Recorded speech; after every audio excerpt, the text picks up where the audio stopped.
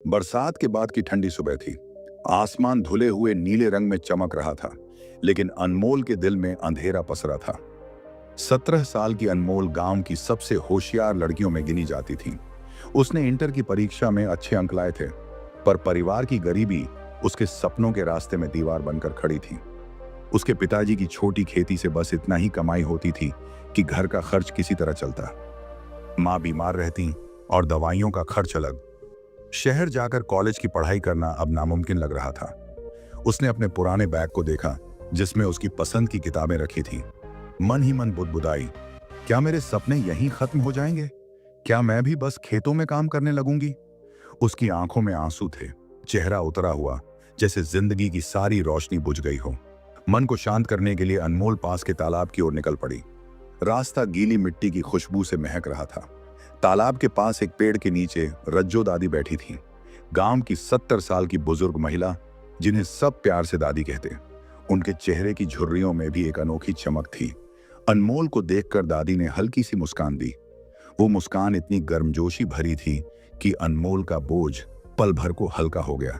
दादी ने प्यार से पूछा, बिटिया, चेहरे पर ये बादल क्यों हैं? मौसम तो कितना अच्छा है, पर तुम ऐसे क्यों उदास हो? अनमोल की आंखों से आंसू बह निकले।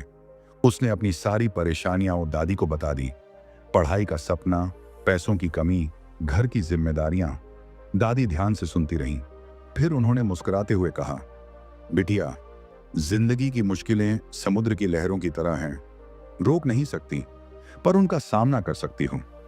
जानती हो, जब इंसान मुस्कुराता है तो वो मुश्किलों को डराता है। मुस्कान हार को जीत में बदलने का पहला कदम है। दादी ने अपनी कहानी सुनाई। वो भी कभी ऐसी ही मुश्किलों से गुजरी थी। पति के गुजर जाने के बाद 2 छोटे बच्चों को पालने के लिए उन्होंने सिलाई सीखी। लोग मजाक उड़ाते थे, लेकिन उन्होंने रोज खुद को आईने में देखकर कहा, रज्जो, मुस्कुरा। जब तक मुस्कान है, उम्मीद जिंदा है। अनमोल चुपचाप सुन रही थी। दादी की झुर्रियों में छिपी मुस्कान उसे भीतर तक छू रही थी। उसे लगा कि जैसे किसी ने उसके दिल में हिम्मत का दिया जला दिया हो।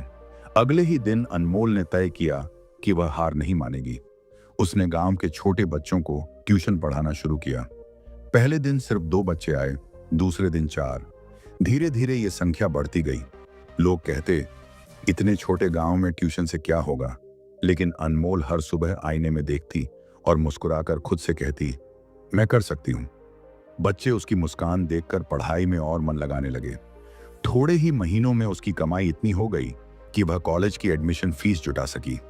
1 साल बाद अनमोल शहर के कॉलेज के गेट पर खड़ी थी, हाथ में बैग, आंखों में सपने और चेहरे पर वही चमकती मुस्कान। उसने आसमान की ओर देखा और मन ही मन कहा, दादी, आपकी मुस्कान ने मुझे ताकत दी। उसका कॉलेज का पहला दिन सिर्फ उसकी जीत नहीं था, बल्कि पूरे गांव के लिए मिसाल बन गया।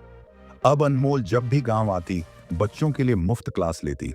वो हर किसी को यही कहती, मुश्किलें आएंगी, रास्ते रुकेंगे, पर मुस्कान मत खोना, यही तुम्हारी सबसे बड़ी ताकत है।